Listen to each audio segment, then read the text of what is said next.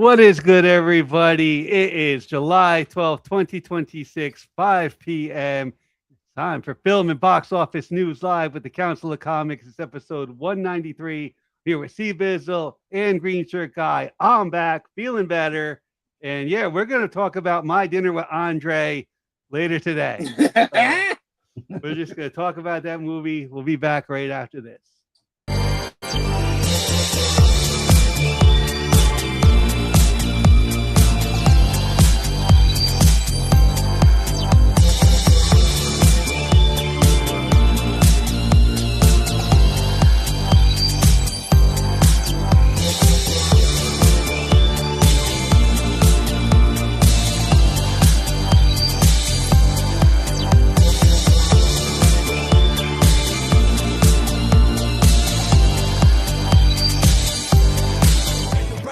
Day. Where are the heroes?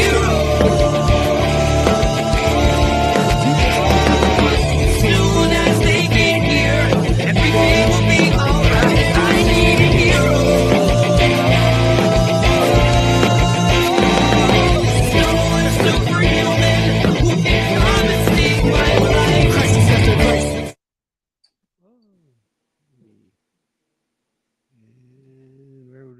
Where'd we go?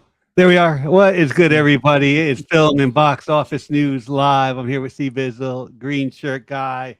The producer won't be with us today. He has something going on, and Cliff may or may not be with us today. He had some Sunday stuff happening. So don't adjust your television set. This is not fill in the blanks. I don't have words on my face today. All right, it's almost all like stacked up. All the words are on my face. Fill in the blanks will be on Thursday this week. We'll be back. We will be back. Did you decide what you're drawing yet? No. It's Ben 10, right? It's Ben 10. Yeah, it's Ben 10. I kind of have an idea what I'm doing. And I realize I have two Ben 10 covers. I might do Forearm. I think, I'm definitely going to, he's going to be in there. I'm trying to decide whether I'm going to have him. I probably won't put Ghost Freak because I think that character sucks. But yeah, I like him, and I like Heat. Oh, I know what you're talking about. I might do him. What is his name? Not Heat Blaze. Heat something or other. I like him. Actually, guys, like, because Ben 10, is like the later 2000s of Nickelodeon, but like Nickelodeon's 10-year arc of 2000, like animation, really like 15, from like Rugrats up, man. They had something going on. I never really got into Rugrats. I know people love it, but that's just mine. That's my thing. His name is Heat Blast. I never did, but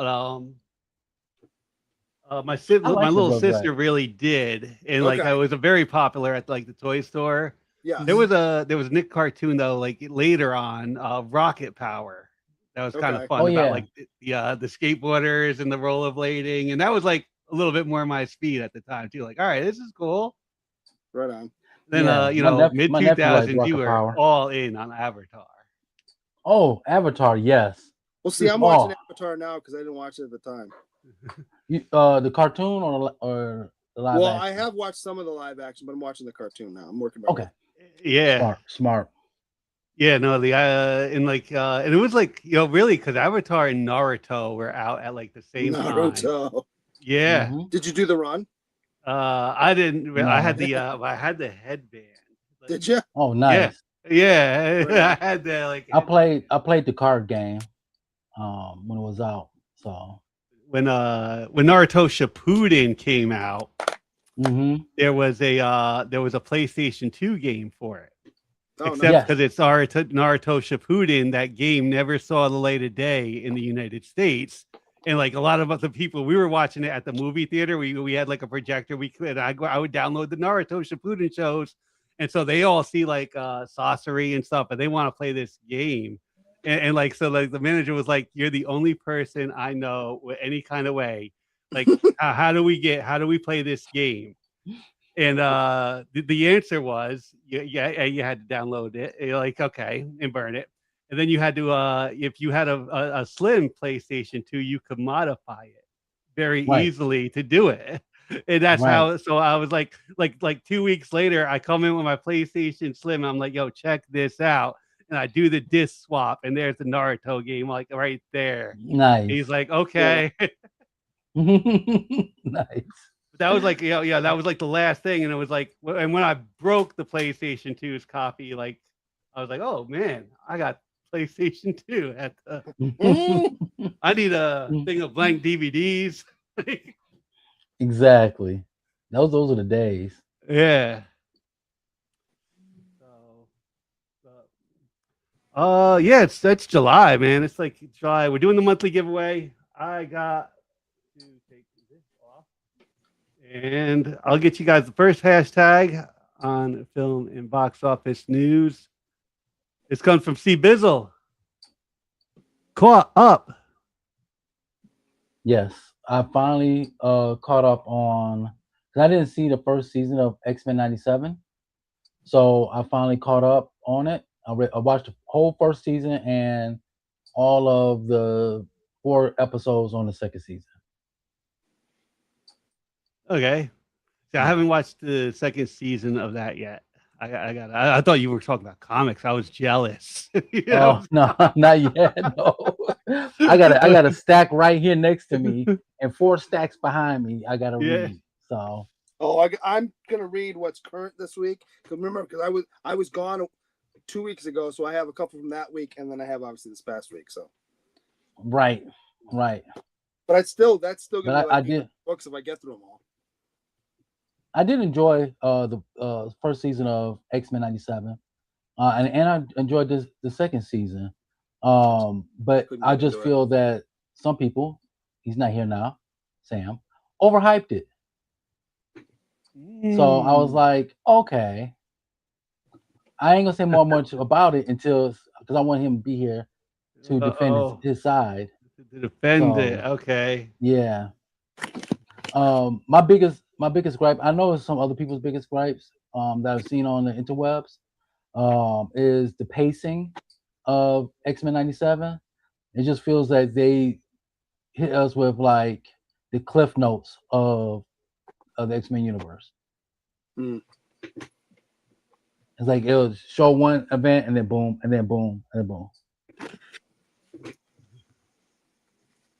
I want to spend some more time with some of these characters so I can have some feelings. There's a lots of overhype out there. Or exclamation points. Right. Like the scene that touched me the most, of course, is gonna be the Rogue and Gambit scene from season 1. That was I actually liked the Gambit scene was kind of tough where like Gambit's the name, remember it. Yeah. And I like the other scene where she's like, I got nothing, sugar. Right. Two scenes I really like. Right. So I did enjoy season 1. But I'm more, level-headed about it.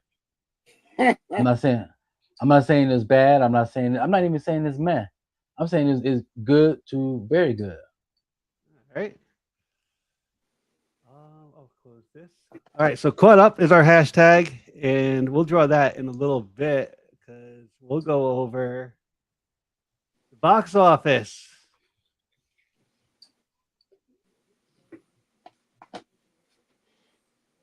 I saw one of the movies this week. Oh, okay. I did not. It wasn't that one. It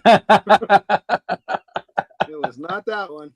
Which the reviews, as I understand, it's literally like a dead, no lifeless carbon copy of the animation. Why was this made? Oh man, Moana number. All right, so wait, let me go back one page.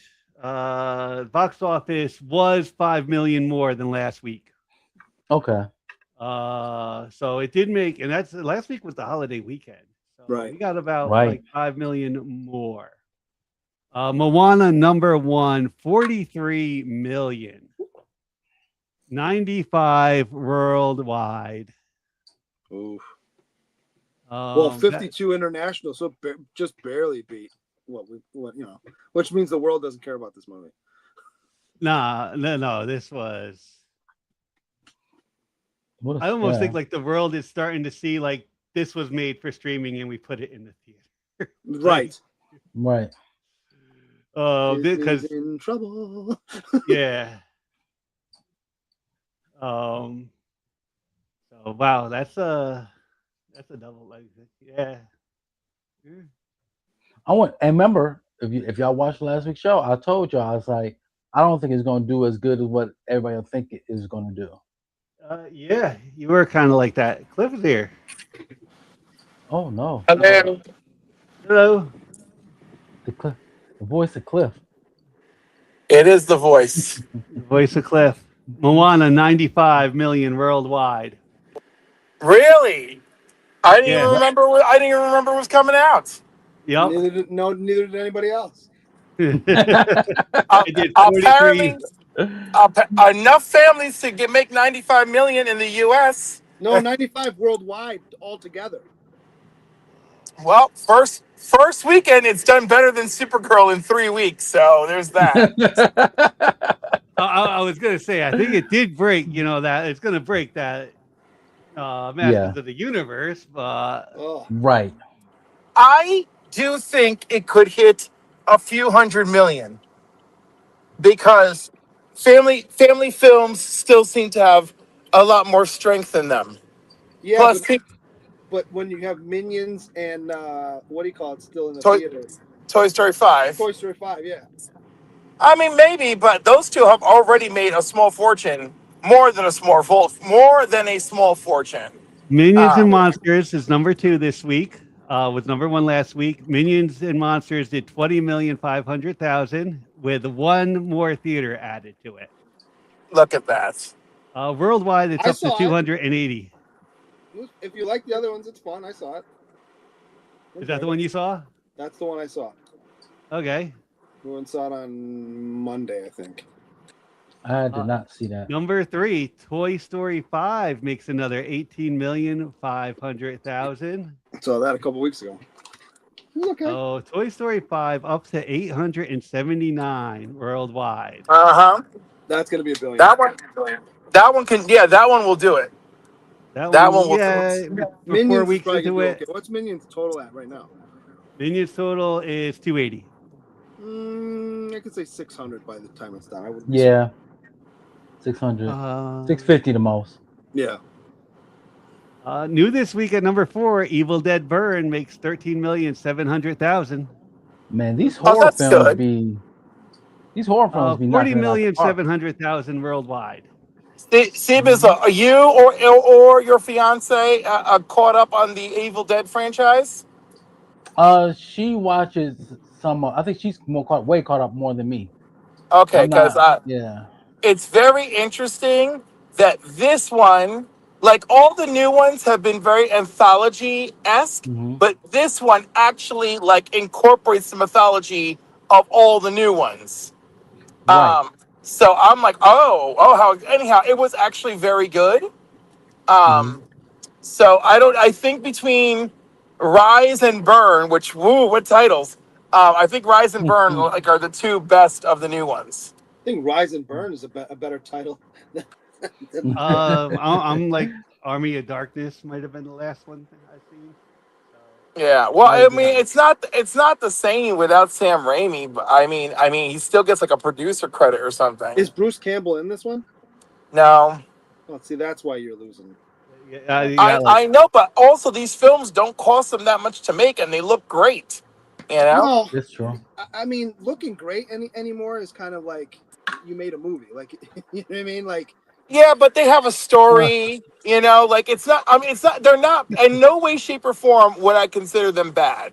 You know, they still could screw up the looking great too. Like, yeah, they can still screw up the looking great, but it's like, it's more, for some reason, it's just more forgivable when you know it's a franchise and you don't know any of the actors. Like, I don't know, there's something magically, like a magic blankets, you know?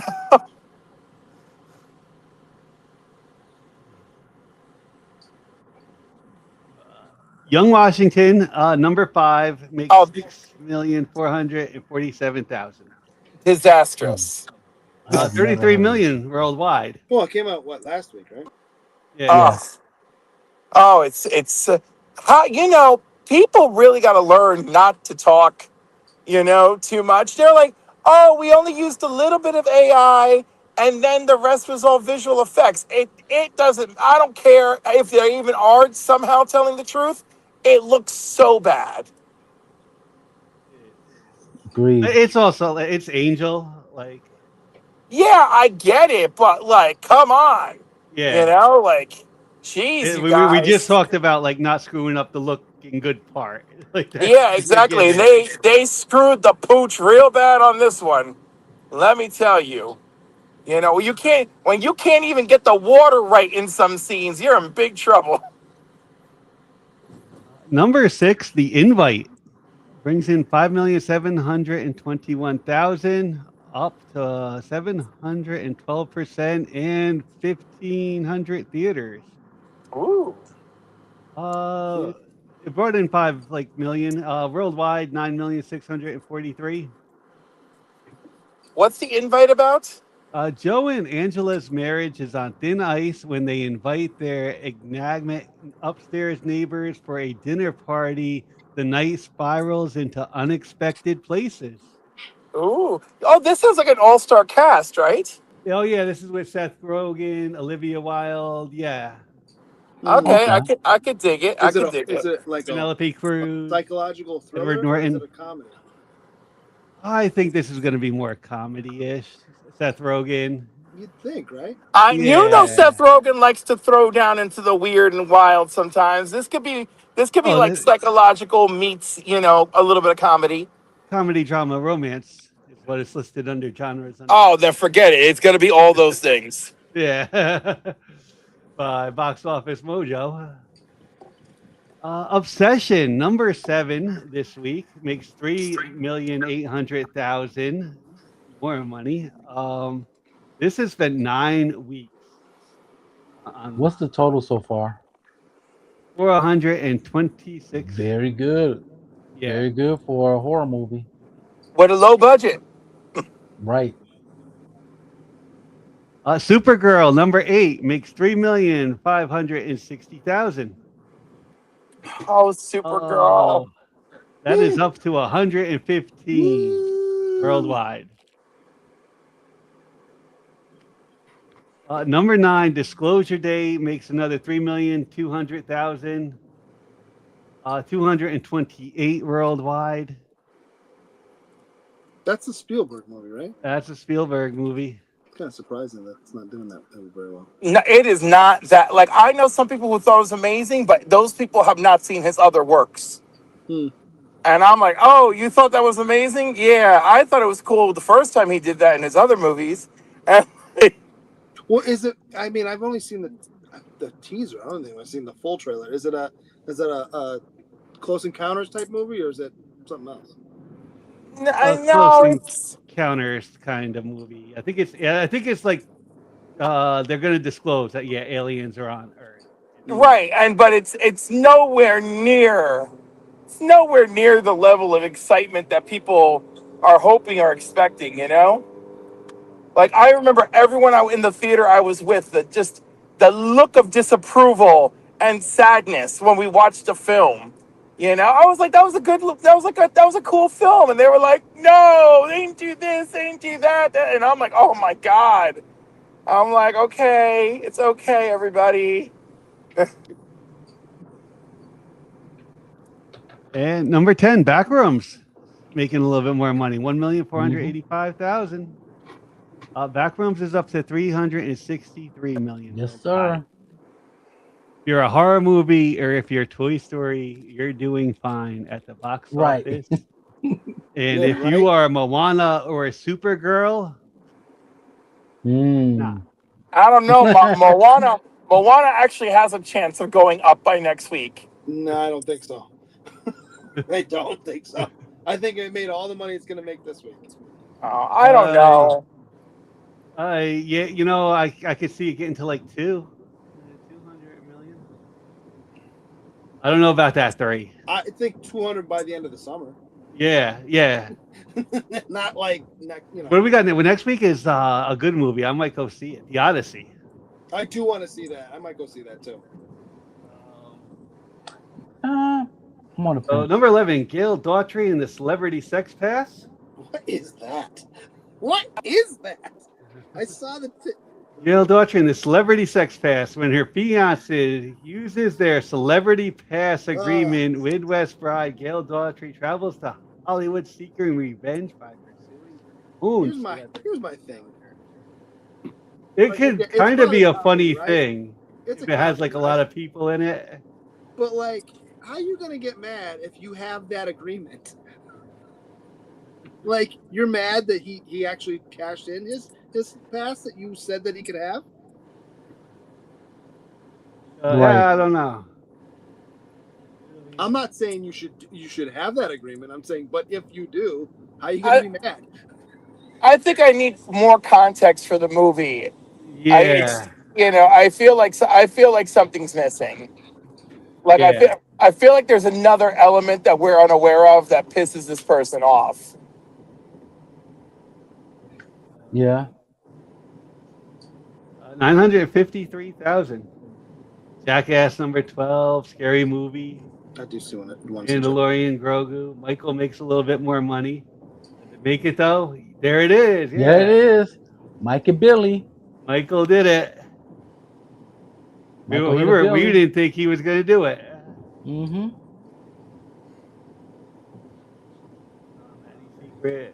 Levictus number 17. Mm-hmm. Night Nurse number 19. Every time I hear Night Nurse, I think about the Marvel character. Me too. Me too. You ever see the movie Little Big League?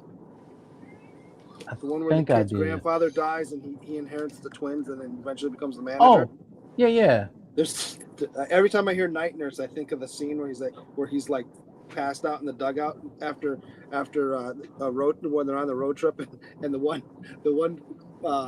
reliever walks by and goes, another victim of the night nurses from Jersey, because he'd been watching that porno all night.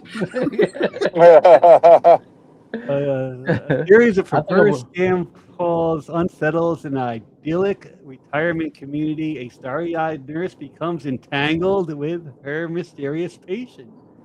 Yeah, every time I think of Night Nurse, I think of Rosario Dawson. Right. Good Night Nurse. Mm-hmm. Reading Lolita in Tehran makes 15,000. Sure. And number 28 over the weekend makes $177. Underland. What's the hole? Hole right above it. Yeah, what is that? 2026 re-release. The Hole.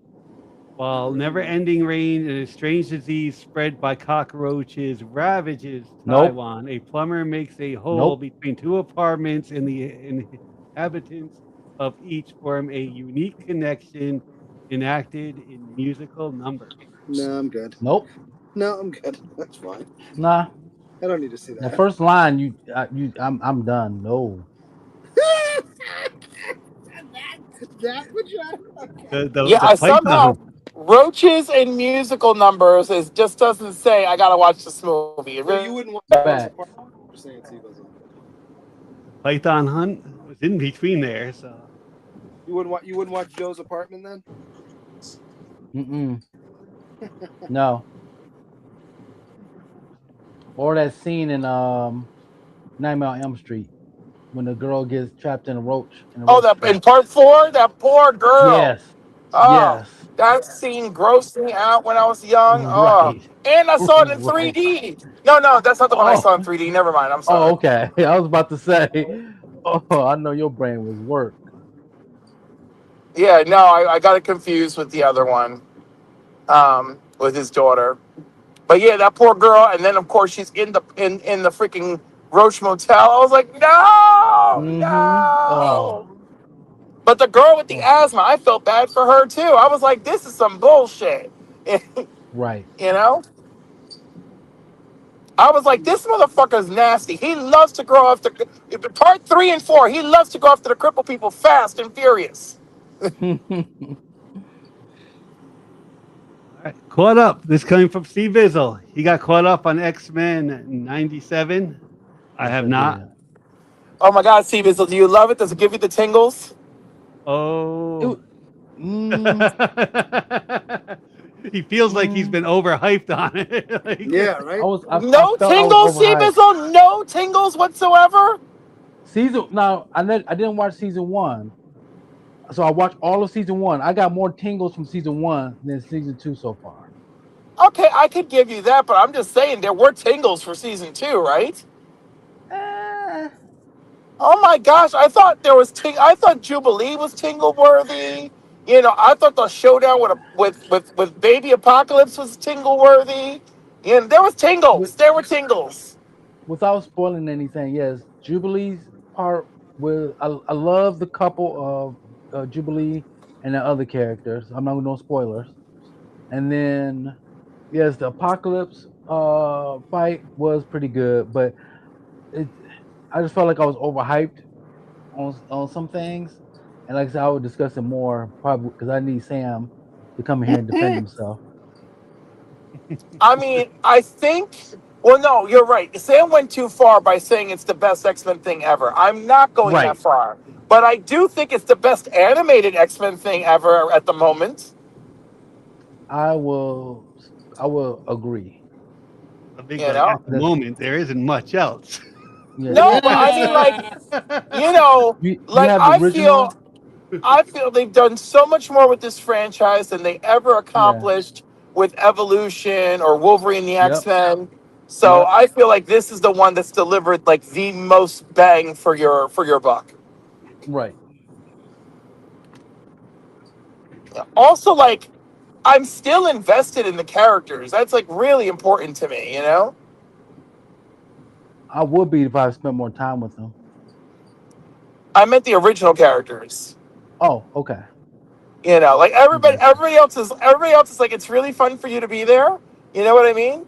And of course, I do consider Cable more of I consider him more than just supporting cast at this point. Agreed. Caught up. But sorry, 10, go ahead. 9, 8, 7, 6, 5, 4, 3, 2, 1, and draw.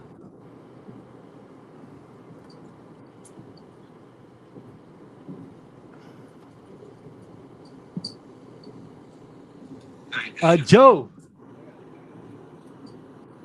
Adventurous Joe. Adventurous Joe.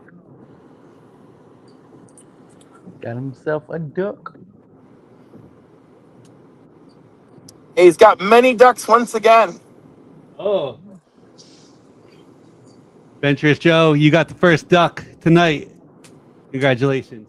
And our next one comes from me.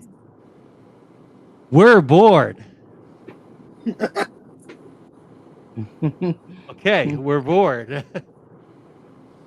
I like it.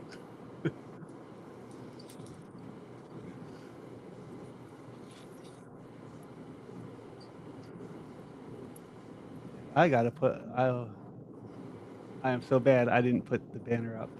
There we go. I'll put the banner this time. All right, we're bored. It's drawing, and I'll stop that. Okay, you guys can go back to talking about X-Men 97. So before that, I just saw something happening, a flooding in China. 900 snakes, including venomous cobras, escaped into the village from a breeding farm after a massive flood in China. Could you imagine? No, thank you. I see the video already. Snakes going down the water. Oh no! Snakes on a plane. I watched the Netflix. Documentary of Sky Dancers, which is about the it's about the couple that climbed the Empire State Building. Oh, them. Yeah, it's about that. But this was like their Netflix movie, and in the movie, they were just it was a thing. And they climbed this big building in Malaysia, and then they released it. And at the end, she was talking because she grew up in a circus. That's how she got the skills. You lost me as she grew up in a circus. She grew up in the circus, and at the end, she's talking about her and the guy, and she's like, we're like our own little traveling circus, and we'll be coming soon to a city near you. That's how the movie ended, and now it's a couple years after the movie, and I was like, you know what? they did. Yep. They did it. But a really good movie. So good documentary if you want to like find more about like what they do and stuff. It's so funny. Like the way you said you lost me that she grew up in the circus. I'm like, no, it's a real thing. It's not like it's a plot of a movie. Yeah. I'm like, homegirl, it did. Yeah, like that's not even like in the like that's just, she just says it like yeah I grew up in the circus which is how I know how to do this. Yeah. I love Hey. it. I love it. She's like female Nightwing. Yeah. Thank you, Garth Wong. She actually looked up the video. It is crazy. Thank you for the super chat. I don't know if we had the video we could put out. I can't. I don't know where it's at. Flame on. Basically. Oh, I'm sorry. I'm in a car, so there's no way I can maneuver You're that. fine.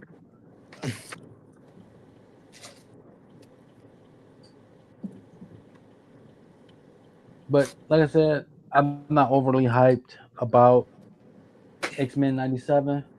It's good, great.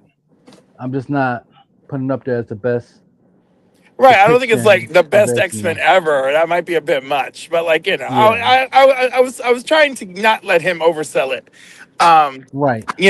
Like I feel so bad because at work, the one that we are all hype about, like that I started, was The Great Sheep Detectives, and so there's two girls at work who haven't seen it yet, right? And one of them is like, "Get away from me! I haven't seen it yet." And worst of all, my Instagram is just filled with sheep detectives because of you people.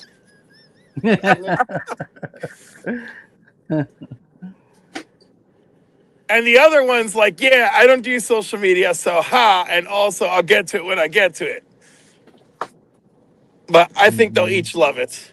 I have to watch it. I have it. It's I fun. have to like. Yeah. No, listen, I think it might be the best movie I've seen this year. Oh, that's not that, but it's good.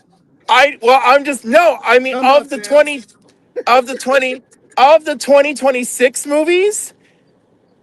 Oh, I saw. No. I don't know what would I be don't know. probably Project Hail Mary for me. Like 2026. Oh, Project Hail Mary is up there as well. Okay. But like, Masters of the Universe, I rank very high as well. That's what I'm saying. I don't think I put it as high as that. Well, Sheep Detectives, I think I like better than Masters of the Universe. I've watched Sheep Detectives like 4 times and Masters of the Universe twice. So like, I feel like I'm leaning one direction, even though my precious baby is in both movies. And then of course, Supergirl just breaks my heart every time I even think about it.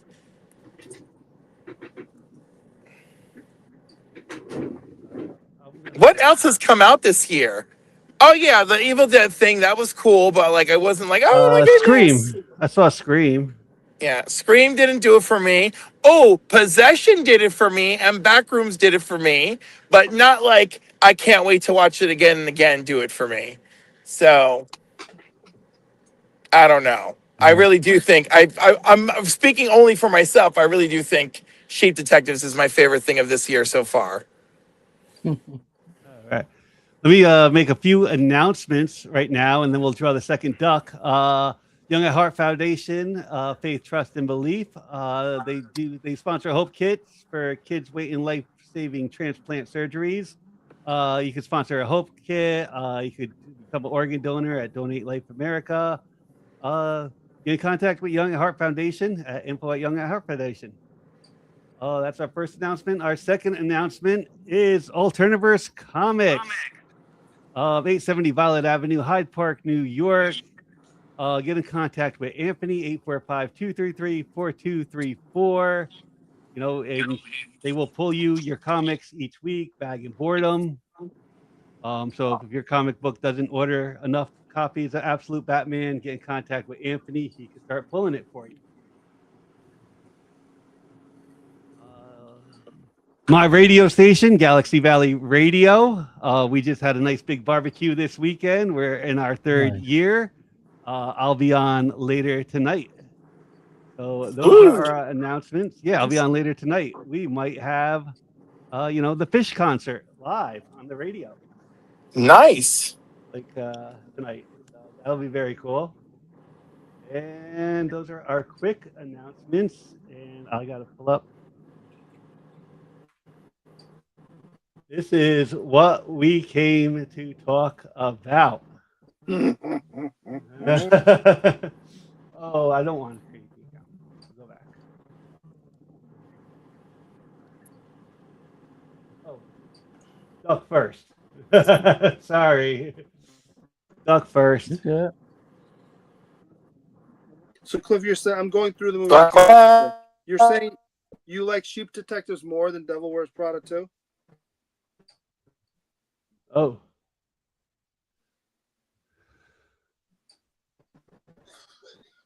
Did we lose him? I'm almost home, and then I'll be able to hear everything normal. Okay. Well, we're bored. We got 7 entries. So 7, 6, 5, 4, 3, 2, 1, and draw. Devil Wears Prada 2 did very well. Phil, I like how you do that. Like you give the seconds how many people entered into that. Usually. I really like that. Yep. Oh, Devil Wears Prada 2 was very good. I still think I'm ranking Sheep Detectives higher. There you go. Stand on business. But yes, Devil Wears Prada 2 is worth me watching a second time, so I should do that. Space Cake Collectibles, congratulations. I'll get you this one. It comes from Green Shirt Guy. Yeah. What the F was that? I'm going to assume this has to do with football international. Oh, yeah.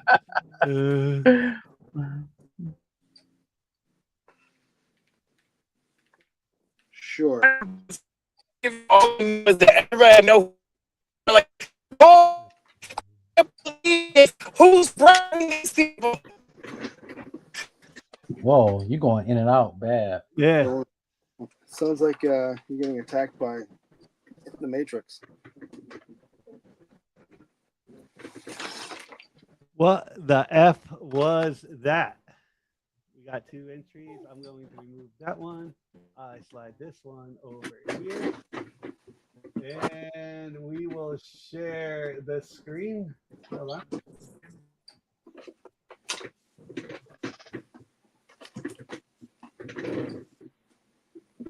Just so you know, if you see me go like this at least once and coming up here, they're replaying the Bills Ravens game from this past year. Okay. We're still down right now. So my dinner with Andre from 1981. 2 old friends meet for dinner as one tells anecdotes detailing his experiences. The other notices their differing worldviews. Director Louis Malle. Writer is Wallace Shawn, Andre Gregory. Stars Andre Gregory, Wallace Shawn, and John Lenore. Is that the waiter? Yeah. Okay. Yep. Yeah. The whole movie. He's one of my favorite characters of the movie. Sure. Because some of his facial expressions. That I'll give you. That's why was on point. You know. His face and what's that? His face was saying what I was thinking. Yeah. I can't disagree with that. I cannot disagree with that at all. Are we waiting for Cliff, or are we just going to start? We could just because I don't know how long he's going to be. Okay. Hoping just a couple seconds, but I think we should just start. And I'll you know what? I'll say, like, the movie started out and it's New York, and you see like New York City in 1981, and right. Wallace Shawn is kind of narrating the beginning of it, and he's talking about like his friend, and you know, his friend Andre Gregory, and he has this dinner that he's going to, and you know, and it sounded like you know, like they're friends, but like, you know, they're more like acquaintances now, I guess. Yeah.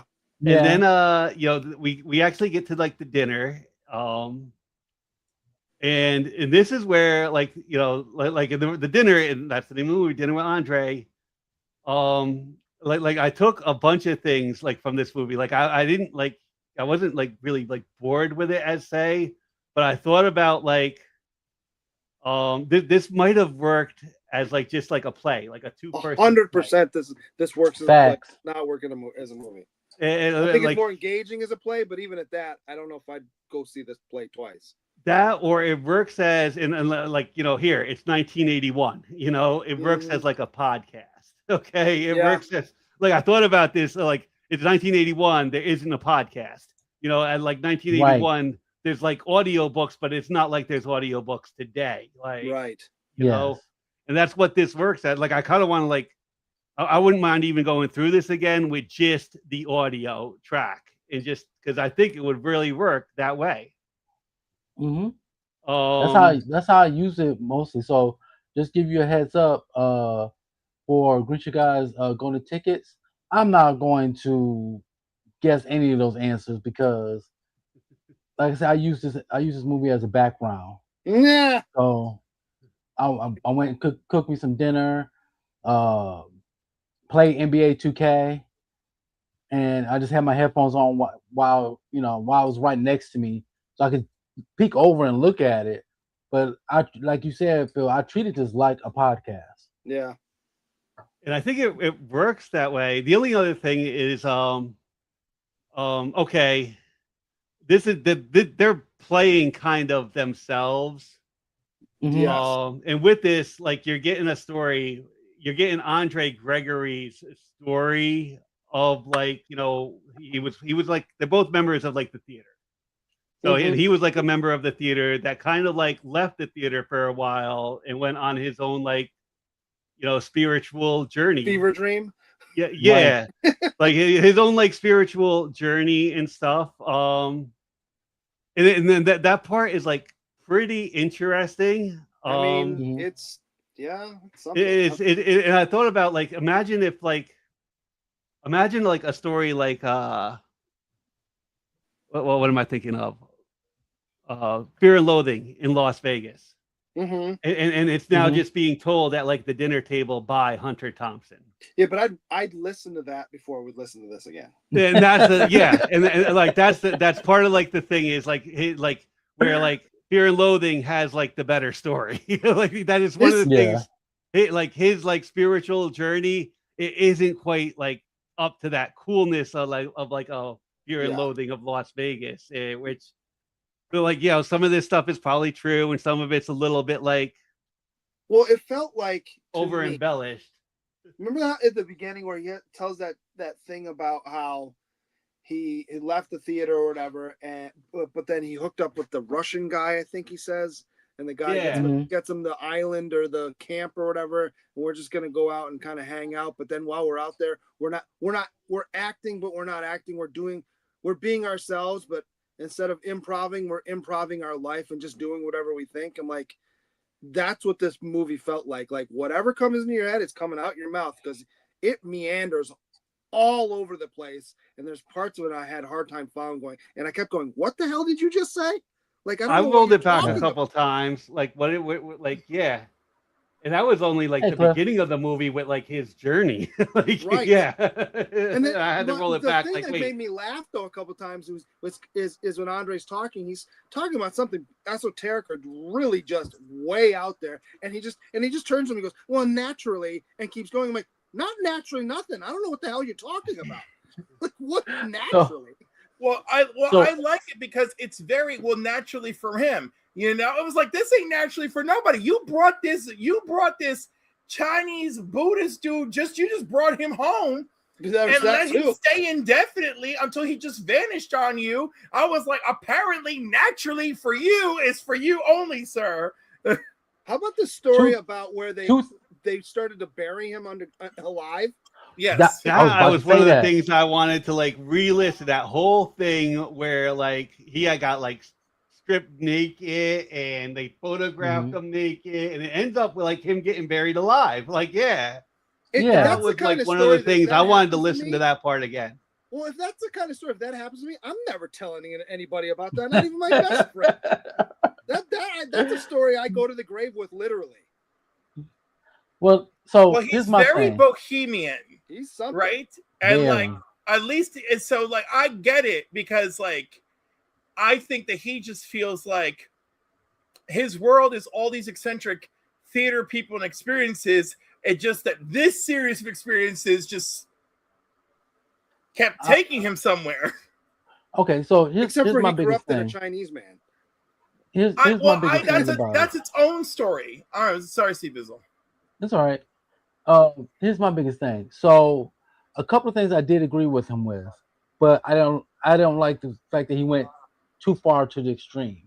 Whereas when he was talking about how people just walk around like robots, and you can use that thought pattern that he's had in 1981 even to today, with all this technology and people constantly on their phones and people just accepting it because it's comfortable. I agree with that to a certain extent, because at first I think they got in the subject of having structure or doing a habit, and my thing is this is like, just about every society needs structure and some type of habit to keep it going, and some people need that as well, just to get to the day through the day to day. Like, I know all of us have a 9 to 5 that we get through just to get done with it, to go home and have some freedom to do whatever we want. And my thing is, like, during that monologue that he was saying, he wanted to go too far to the extreme, and his friend was like, "No, you just can't. I'm happy with my electric blanket. Like, I'm comfortable." Right. He said, "Well, if you don't have an electric blanket, that means you can actually feel that it's cold." And I'm like, "Yeah, go on." Okay, so tying this back to buried in the ground, right? The whole buried in the ground part was part of experimental theater.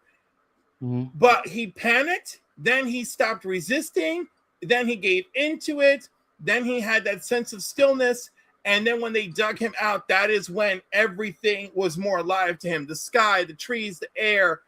And in his perspective, he's like, when you go back to not knowing life, go back to knowing life without an electric blanket, you'll appreciate that electric blanket more. Or you'll appreciate the cold more.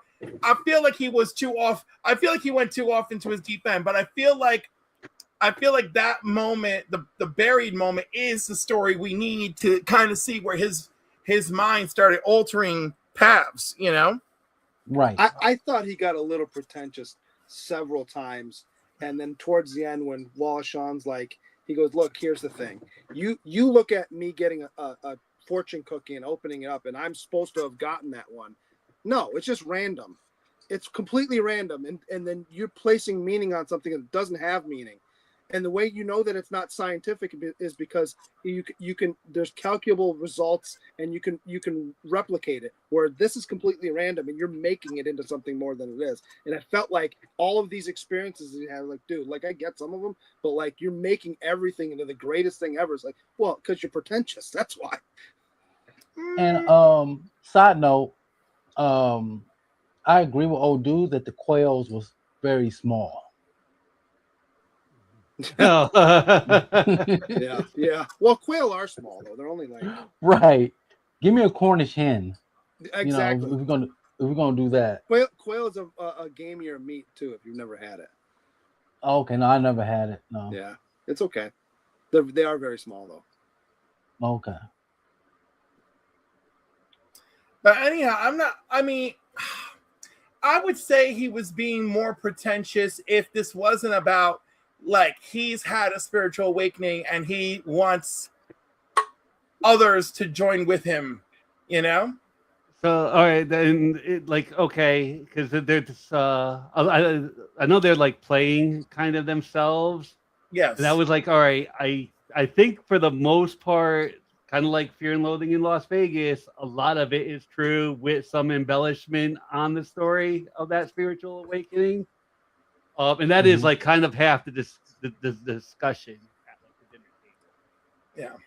Yeah. And like I said, no offense, Cliff. I used this as a podcast. Like I was cooking dinner. I was playing NBA 2K. That's okay though, but did it work for you as a podcast? Oh yeah, absolutely. Yeah, no. Like so every once in a while, I'll look back over, and because my favorite character of the whole movie is the waiter. Right. Like I had a great time with that gentleman. Like, and especially near the end, we sitting there had a cigarette. Like, oh, he old school. Yeah. The whole and the way thing he looked is at, and old school. way to looked at him when he talked about how small the quail was. Like, what do you expect? Right. It's quail eggs. But you know what I love about it? Like the restaurant is bougier than he expects when he arrives. But also, this is a real restaurant. Like that's the other thing I love about it. They just shot it in a real location. Like New York is alive and well in this movie. I agree. But it works, and of course, I like how he's a little bit of a fish out of water in this restaurant. They're like, "Oh, go sit at the bar while we wait for your table to get ready," And he's like, "Oh, give me a whatever," and he's like, "Sir, we only serve spritzers here." Okay, Right. I love that he's got his sparkling whatever with the lime in it the whole time. I don't know. I appreciate just these little things, but also because he already makes a note that Andre is not this kind of guy. Like, what are they doing eating here? Right. But part of Andre's transformation is like, shit, you got to live now. Like I've been tucking away money my whole career. And for what? I'm not enjoying it. Here he actually is enjoying it with his friend, Also, like how he noted that Andre actually paid for dinner this time, I like all these things. Like, so what's interesting is they have two points of view. They respect each other's points of view throughout, right? Hey, Chad. But on top of that, he acknowledges that his friends change, like he's thinking about like at the end, he's thinking about his friends, his loved ones, and he's thinking about Andre, and he acknowledges how different Andre is now, and how he thought it was funny that, their mutual friend was like, "Oh, I caught him on the street and he was crying, thinking of an Ingmar Bergman quote, which, by the way, I feel like that quote set the tone of the movie, only our character here did not know it. He didn't know it, and then when you talk to him, it makes sense that quote affected him this way. I can only live through my art, right? Like that's powerful. I forgot what the rest of the quote was. I put it in the chat this morning. But it's exactly what's going here. Like, and then of course there's a piece of truth in that in Andre, because he's reaching out to his old buddy, being like, "All right, I'm ready to do more theater." And it's like, dude, don't you want to be over it and retired? But no, he's reawakened. It's vivid. He wants to share. He wants to do new projects, crazier projects. He had a reawakening. Yeah, I really enjoyed the whole thing. But the reason I picked this movie is this is one of those early movies in my youth or even childhood where I was like, "Oh my God, a movie can be a conversation. A conversation can make movies can be other things." Like this movie always left that impression on me. I could see that. And like I said before, this would have been great as an audio book or as a podcast in today's society. You know how we are. We're an instant society right now. Everything got to be quick and right in our face. I even like just him just walking through the restaurant, looking at other people sitting down eating at the table.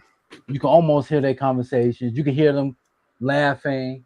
And then, funny enough, just like them in the movie, near the end, you get so caught up in what they're talking about, you forget. You start hearing the crowd less and less.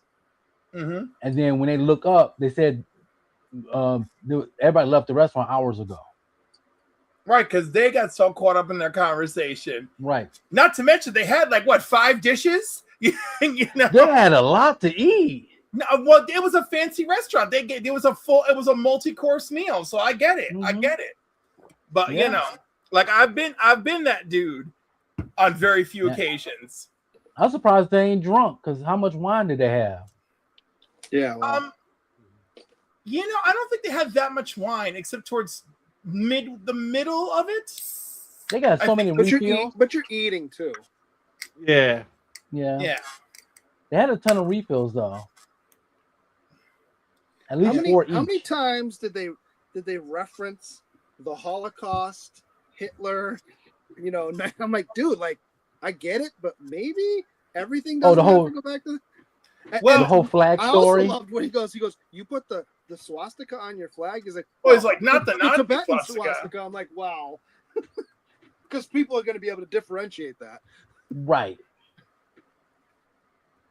Just like if I put the Confederate flag on my car. Right. Well, you have to. Well, that one, I think there's only one. Okay. Well, I mean, if I'm in Mississippi or Alabama. Well, yeah, the Mississippi state flag kind of has it built in, right? So that there is that. Right. Okay. So I want to put some emphasis on. They talk about the SS, Nazis, etc. This movie is in 1981. Andre Gregory's character is born in 1934 Paris. Okay. Right. The World War II was only 36 years prior to this movie. Those things are still very alive and well in these people. Oh yeah. And absolutely. I think that's why it comes up so often in conversation. And probably in his travels, seeing a traditional swastika probably was initially jarring for him. And then later on, when he's talking about how he wants his own flag that means something to him, that the traditional swastika that means light, he wants that there. I just think it's really, it adds to the layers. And also it was something that made me think more in this movie than when I had seen it in the past. I think this movie was a little bit ahead of its time. Oh, it absolutely was. Absolutely. But it's so funny, right? Because we have so many things that are ahead of its time. And then it kind of makes you sad that we have to tell so many of the same stories over and over and learn these lessons over and over. But anyhow, one more reason I enjoyed the film. Right. This movie did have quite a bit of layers to it, but like I said, it was just I could not watch it straight up. No. Like I could not watch it having some popcorn and going to the. I would, and no offense, like I said, no offense, Cliff, because this ain't the way I get content this day and age is through like podcasts and and things of that nature. If I went to the theaters and saw this, I probably would have fell asleep after an hour. Possibly, but then again, if you were 30 in 1981, it might have been a very different experience for you. It depends. Like I said, the time, also, and what I probably was going through at the age of 31. I started college late, so I graduated around that time. I was still drinking and whoring myself around. So I don't know if I would be able to sit down in this movie the whole time. I know, but you at 30 in 1981 would have been a very different person. Oh, I've been even more of a whore. Oh, well, yeah, because the less chances of getting caught. Right. Wow. Less social media. or actually no social media. Yeah, no social media, and photography costs money. So somebody has to actually pay somebody to chase you down and find out what you're doing. Right. You got some questions, Green Shirt Guy? I do. I only have 3 this week. Okay. Oh, good, because I was not going to be able to answer none of these. Let me get to. Oh, hold on.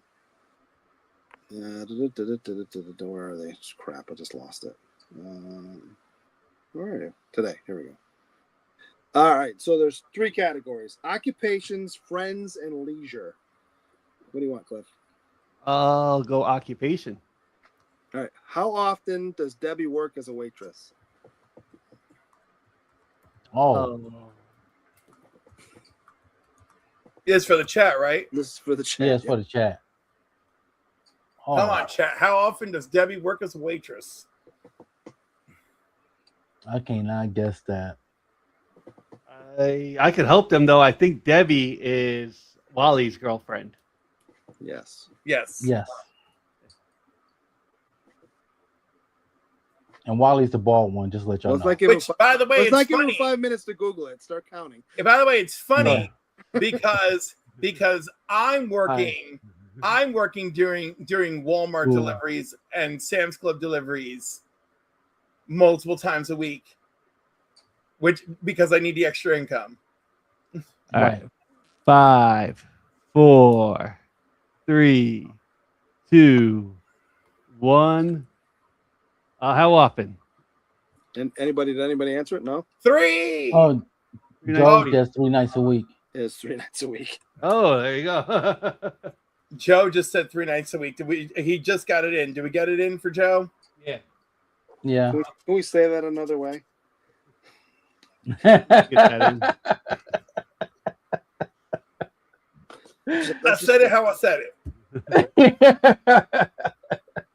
I've had a very long day, and let me tell you something. When you genuinely cannot find something in the store, and you have gone right after the employees to find it, and the employees are like, "Look, my scanner thingy tells me the same thing that yours is telling you. It just isn't here." Tag Comics is actually free on YouTube. Just in case you want to go to see it. It's on Tubi as well. Yeah. And you can watch it on if you have HBO Max. HBO Max, it's on HBO Max. That's what I was like, this movie is nearly everywhere. I was sure of I that. watched it. Only reason I watch it on YouTube is because I could skip the commercials. I know, right? We'll see, but I watched it on HBO Max. I didn't have commercials. Oh, I don't pay for extra for that. I watched it on YouTube and I use an ad blocker. So Nice. Nice. All right. You got 2 more questions though? I have 2. Who wants to go next? I'll go next. Cliff. All right. Friends or leisure? Leisure. Whose autobiography is Wallace reading? Oh, he said it a bunch of times. Oh God. These should all be. Who autobiography did he reference or read? He says he's reading it a couple times. Reading it, okay. 10, 9, 8, 7, 6, 5, 4, 3, 2, 1. Go ahead. The Education of Henry Adams. Wrong. The Henry Adams autobiography? Wrong. And really? Yep. What is it? see Bizzle?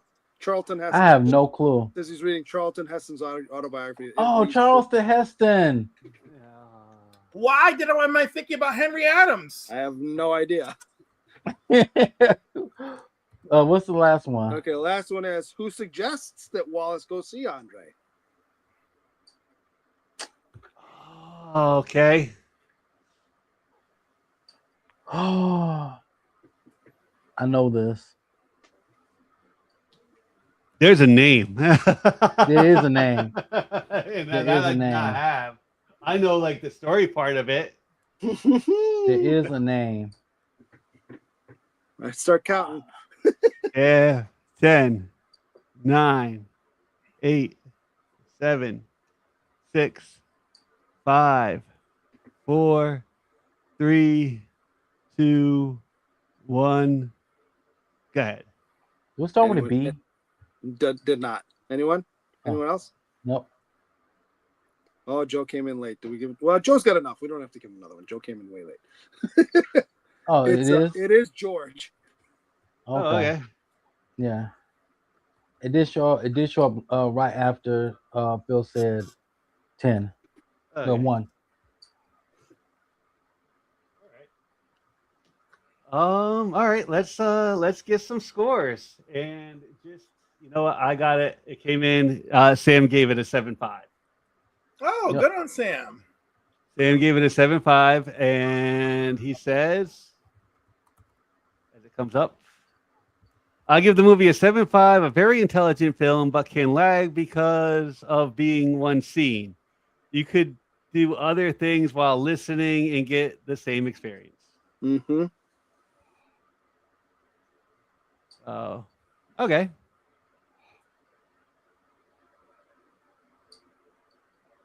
See, Bizzle.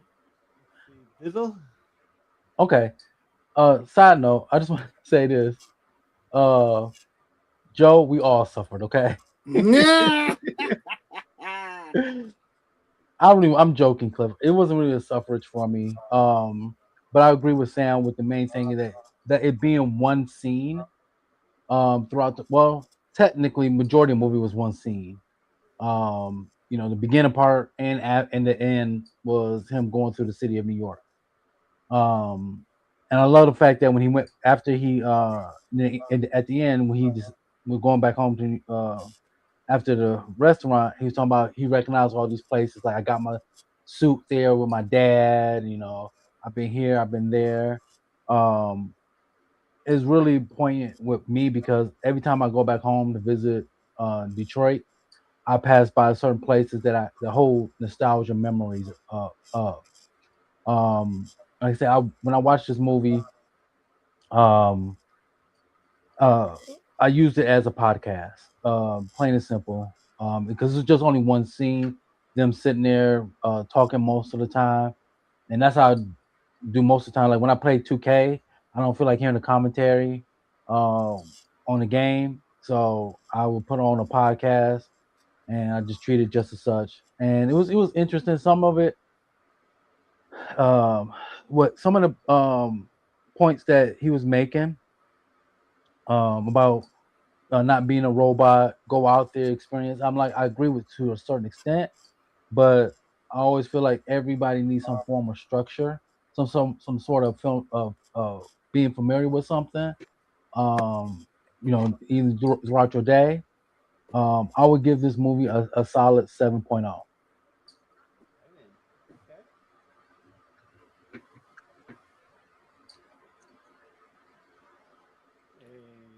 Well, we know I'm going last, so Phil, Yeah. green shirt guy. Green shirt guy. I'm not going to go that high.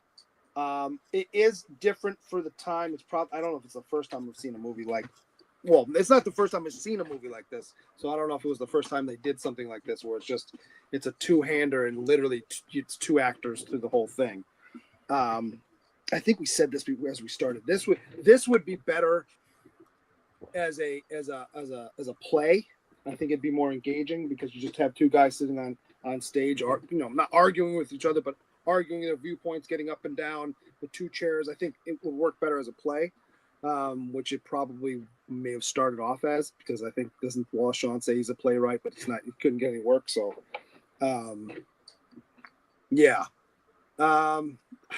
It meandered so much. Like I don't know how many times I said, I don't know what the hell you're talking about. Like I understand what you're saying, but it's just so out there. It almost doesn't make sense a lot. It's different. I'm not mad that I watched it. I probably won't go looking for it again anytime soon. If somebody says, hey, you want to sit down and watch it, I go, yeah, how about you watch it and we'll talk afterward, I think. 5.5.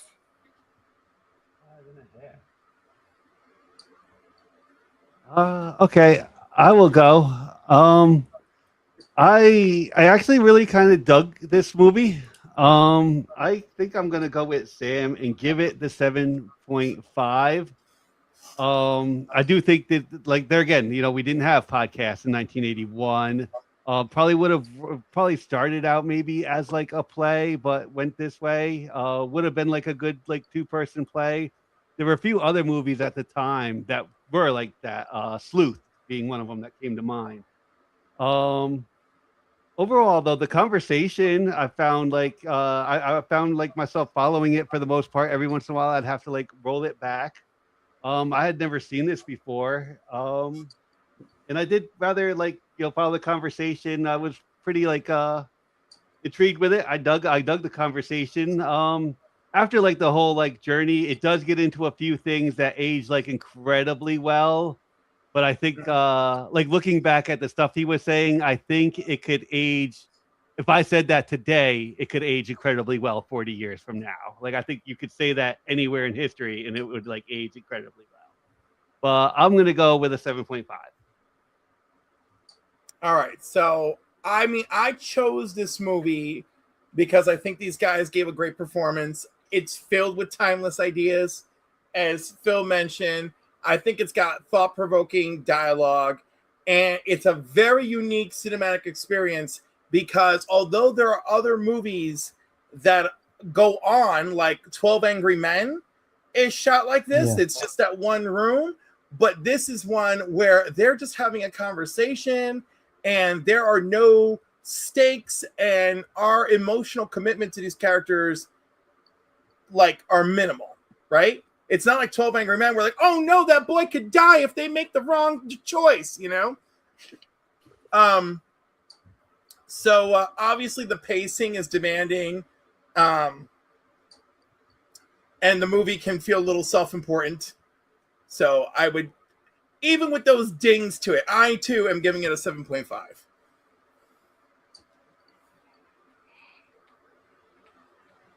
7.5. You know what? That brings the council average of this movie to a 7.0.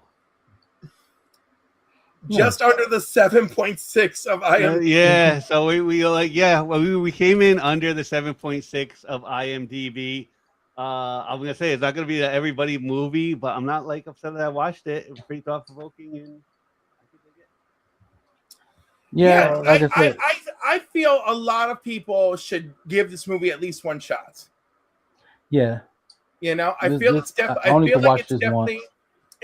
that movie that deserves one watch, just so you can go, okay, that's what that was, all right, and then have the conversations afterwards, because the conversations are, this movie in of itself is a kind of conversation starter, because when you walk away from it, you walk away with that line. Ingrid Ingmar Bergman did say this. Just the little things. The first thing that stood out to me, the whole movie, was the quote from Ingmar Bergman. Ingmar Bergman. That stood out for me. You could tell I've had a long day. But everything, just like Wally's defense of but I enjoy these simplicities of life, and it's, I love how it's scaled in a way that no one is particularly right or wrong. It's like, do you observe these things? Do you feel this way? You could, even back then, as maybe, and I think even more so today. But yeah, I chose 3 movies that I thought were worthy of conversation. I ended with a conversation movie I thought was worthy of conversation. All right. I enjoyed it. Like good movies, because I hadn't seen really like any of them. If I put them in order, it would have been, I like Chariots of Fire like the best, then this one, and then like last week's Possession at the bottom. I get it. Possession at the bottom. Possession's hard. Possession's is difficult, but also it's kind of brilliant, and I just have all these feelings from it. Because like I said, there are all these people who worked on that movie. Like, who are they if they didn't start there? And I really appreciate that. All right. We're gonna draw this in just a few seconds, guys. I got a few things to tell you. First thing, the Council of Comics is going to be back on tomorrow night, July 13th at 8 p.m. for episode 202 of the new Keys and Hot Comics of the Week with Absolute Green Arrow, Infernal Hulk, G.I. Joe, White Sky. And then we got episode 61, Wednesday, July 15th of the Council of Comics Live at 8 p.m. We're also on this week, Thursday, for episode 34 of Fill in the Blanks, Ben 10. That'll be me, Green Shirt Guy, and C Bizzle. And finally, we're also going to be back next Sunday where we start 1989. And your first movie from 1989 is Lean On Me. Not shocked. I thought this would have been one of the ones you picked. Yes. Lean On Me, 1989, next week for Film and Box Office News, episode 194. I think it's on Tubi, if I'm not mistaken, or Pluto. In 10, 9, 8, 7, 6, 5, 4, 3, 2, 1. It's on Tubi. Let's draw.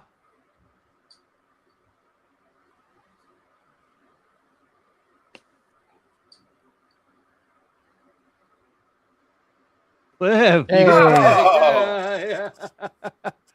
Congratulations. Oh, nice. All right, let's give this to Garfwong, because if she's willing to give this movie a try, she at least deserves a duck. Listen, Lean On Me right now is on Tubi for free. So you should be able to watch it there. It's also on Apple TV, Amazon Prime, if you already have those. Garf one, congratulations. You got the last duck of the night.